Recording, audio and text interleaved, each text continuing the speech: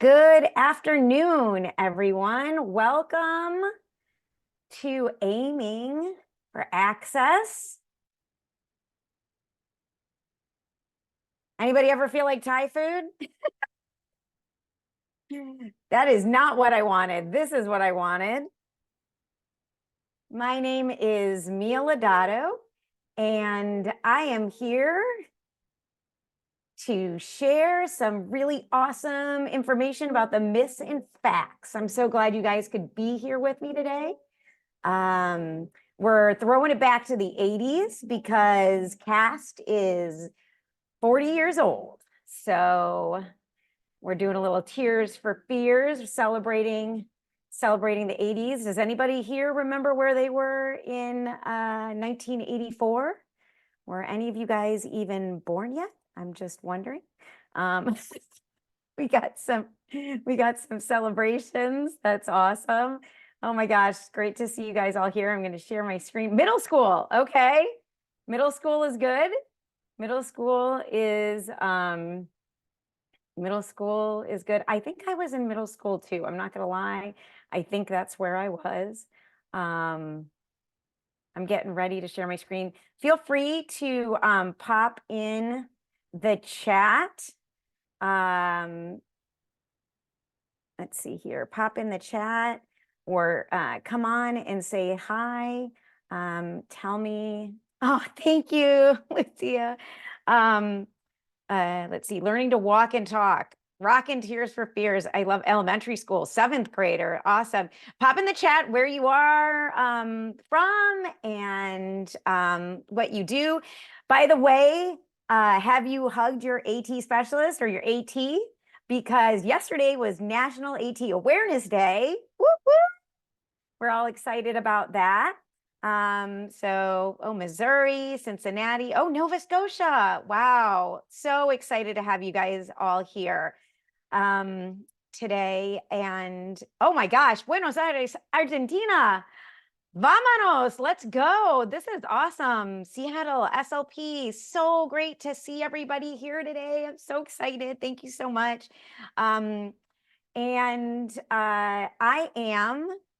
Mia Lodato, and I'm the new Senior Technical Assistant Specialist and Co-Project Director for CITES at CAST.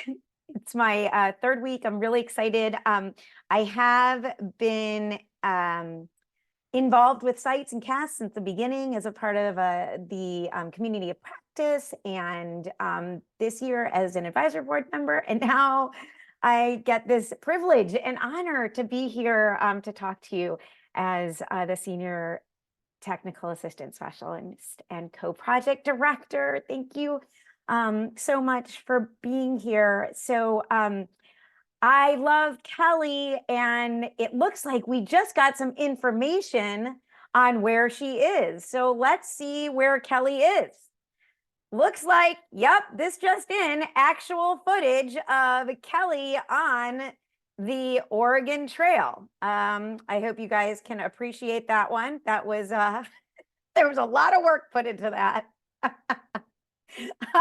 I'd like to give a shout out to my friend Leslie DeCharia for for helping find that picture of Kelly and Michael Landon looking on so I don't know, so admirably, I guess, would that be the word? He's admiring her. And who wouldn't admire our very own Kelly Shooting? I'm sure she's enjoying herself in Oregon.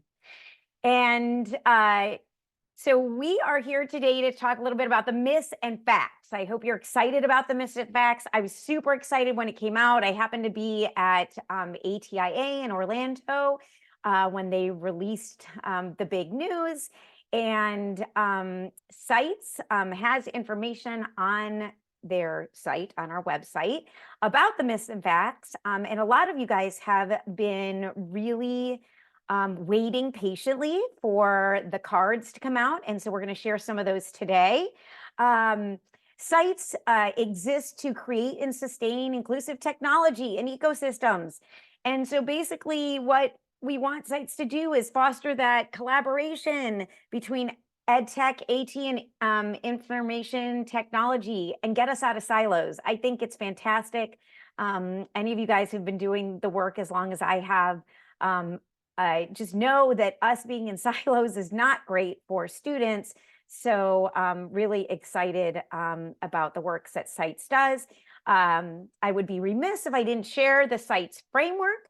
If you guys haven't been to cites.cast.org, please visit it. We'll put the information in the chat, but we also are going to be sharing some resources in a slide or two. So the CITES framework encompasses leadership, infrastructure, teaching, learning, assessment, and then, of course, most important, all of that is touched by family. So that's a little bit about the CITES framework. So I'm going to pause here just for a quick second because this is some information for you regarding myths and facts resources.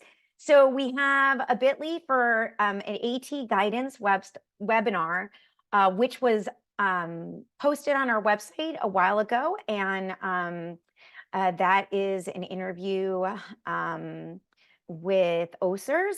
Really fantastic interview. And I'm going to click on that in a second and take us to that page. And then we have the policy page where everything myths and facts is. So these are just quick links to get you there because we know that nobody has time to be searching, right? So here's a quick links and some QR codes for you to enjoy. All right.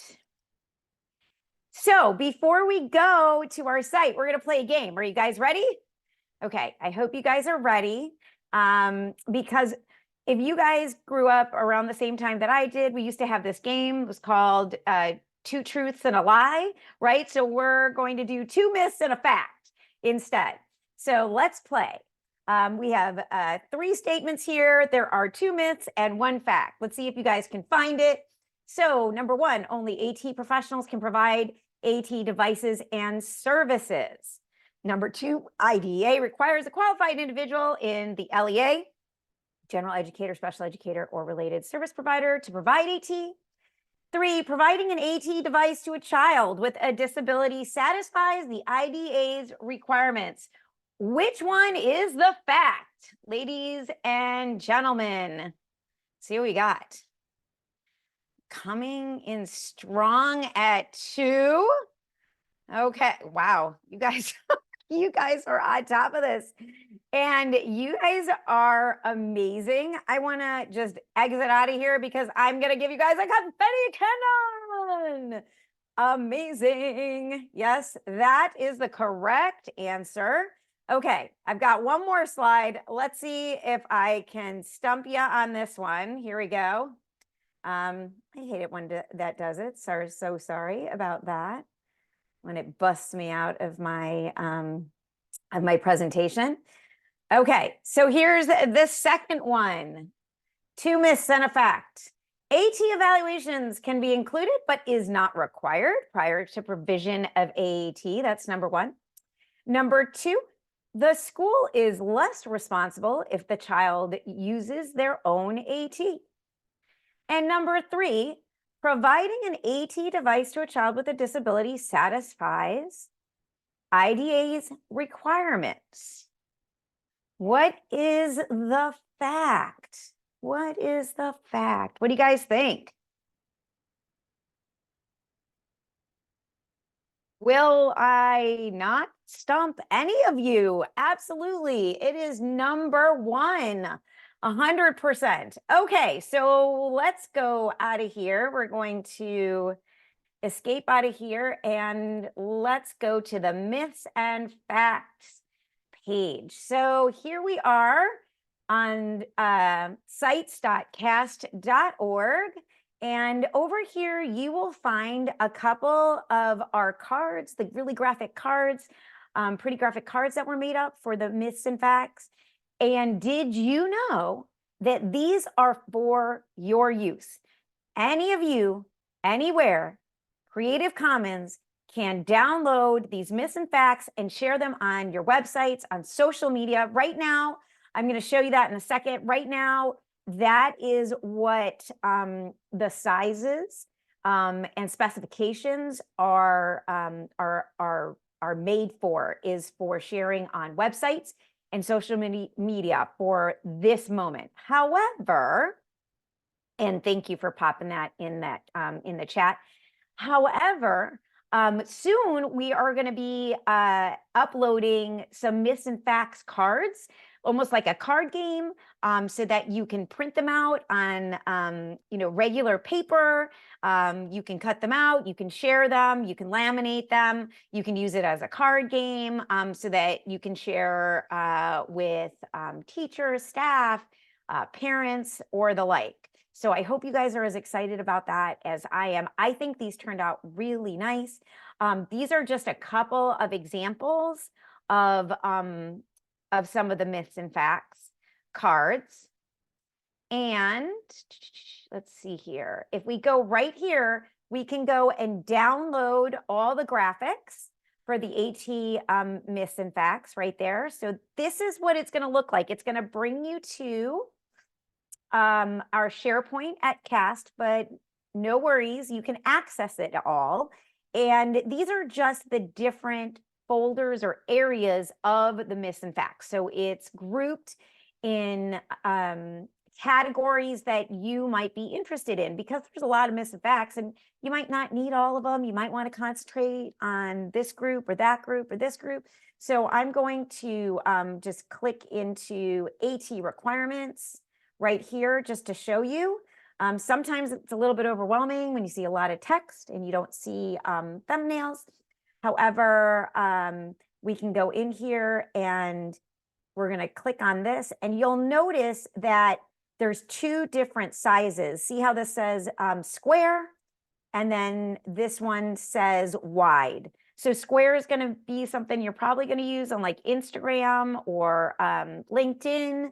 And then your social media type outlets, and then wide is what is probably going to be used when you want to use it on a website. You can share this on any of our websites, school websites.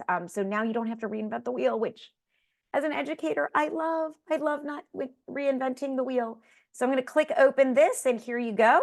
So this gives you a beautiful look at one of our myths. AP decisions don't need to be documented in the IEP.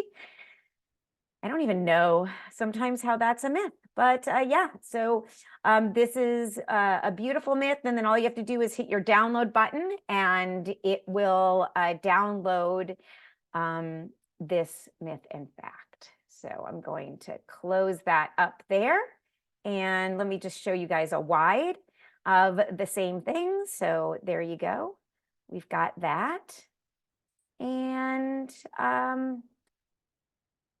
that is the way that you are going to get to, that's the way that you're going to get to the myths and facts. So definitely wanted to show you that. On the myths and facts page, some of you guys might be like, well, how did we get there? Where did we find that? If you go to our CITES website under Getting Started, if you go straight down to Policy, it's going to bring you to the Federal Policy to Practice page, where all of the information about the new NETP, National Educational Technology Plan, the video that was shared from OSEP, and that we just shared with you in that quick link is right here with transcripts.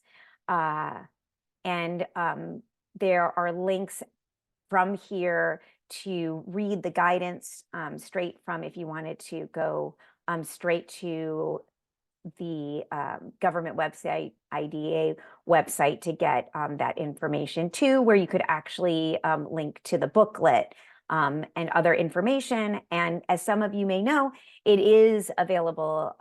It is also available in Spanish. So that's super helpful also.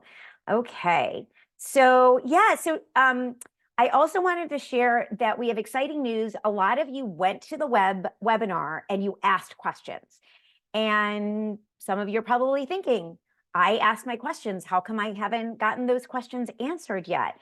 Well, we are actually working on that, and the answers to those questions that were asked at that webinar about integrating assistive technology across the educational lifespan and about the actual myths and facts are going to be up on our website pretty soon. Like I would imagine in a couple of weeks. So you guys will have answers to the most pressing questions.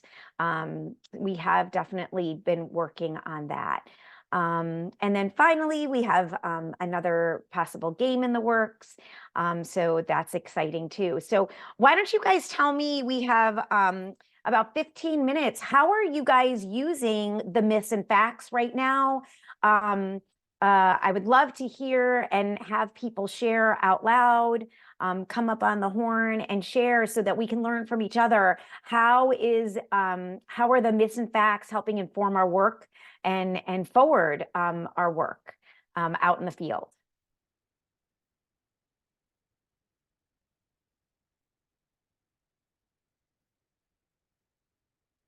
Heather said she's sharing on social media. Thank you, Heather. Anyone else? Have you been sharing with families? Have you even had a time, have any, how about we start with this? How many of you have actually seen the myths and facts, targeted trainings? Oh, that's great, Tracy. Sharing in trainings with district administrators. That's fantastic. That's what I feel like that's what happened when they first came out, is that everybody was like forwarding emails to their district administrators. So that is fantastic. Let's see here. Oh, fantastic, Arden. These will be useful for me to share with my graduate students who are emergent. Librarians are our front line. I absolutely agree. I feel like media specialists are the unsung heroes of assistive technology, right? With Bookshare and Learning Ally, like they are a front line that we often miss. So thanks so much for pointing that out, Arden. Yes, 100%. We need to be sharing this not only with district administrators, but also with media specialists and explaining the why. Tracy, would you like to just maybe get on the mic and just share your experience on how the training is going for admin and educators? I'm sure there's lots of people who would be interested in hearing. Oh, New Hampshire's creating a train the trainer with great SEA coaches in the field. That is fantastic. That is really, really exciting, Mary Teresa. I don't see a mic, so it's probably on your lower bar. You just have to click it on. Sorry, you can. This is Tracy. Yeah, do you find it? Yeah, I got it. Awesome. Thank you, Tracy. Go ahead. Tell us how it's been going. So I work for a county office, and so we have multiple districts that we work with. And right now we're really targeting the districts where we have a high volume of AT assessments coming our way. So we're really trying to educate educators on the AT consideration process. And knowing that admin, there's a high turnover of admin, we are sharing, we're going to meetings with admin to share the myths and facts and make sure that they have the resources from the Department of Ed. And I think that's something that's not a one and done. I think it's something that needs to happen every year, because we think, oh no, I did that training like 2 years ago, but why are we having so much difficulty? So hopefully we'll be able to do it every year and just be constantly in their ear. I love you. And I really love that. I love all of that advice because I think it's so important, right? Like every year we're having to do it. So I don't think we stop until everybody knows the difference between the myths and facts. I'm really hoping that the myths and facts are helping really clear up some misconceptions, right? And clarify that and clarify that. for people. So yeah, thank you for sharing that. Absolutely. I'm just wondering if any of you guys have a favorite myth or fact that you really love to share. I have a personal one, but this isn't about me. This is about you guys. So anybody want to share their personal favorite that they are like, yes, and that they're constantly seeming to share over and over again?